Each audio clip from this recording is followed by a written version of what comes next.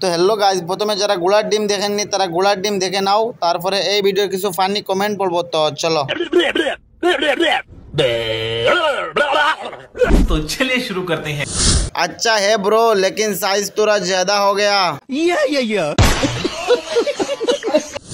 জীবনে বহু শুনেছি, আজকে বাস্তবে দেখলাম ঘোড়ার ডিম পাড়তে। বেইমানি করতে করতে এখানে বেশ করিলা। অনেকে কোথায় কোথায় বলতো ঘোড়ার ডিম, বাট আজকে দেখেই নিলাম। দেখিতা করতাম আমিও তারা লোক উঠি দিতাম। আমি অনেক দিন আগে দেখে নিয়েছি। বাবা বাজার থেকে আসার পর আমি বলতাম বাবা এনেছো, বাবা বলতো ঘোড়ার ডিম। তোর মারও আগাবাসি ওই একেবারে গরুর ডিমের মতন সেম। দেখি তুমি হঠাৎ আমি দেখিলে আগে।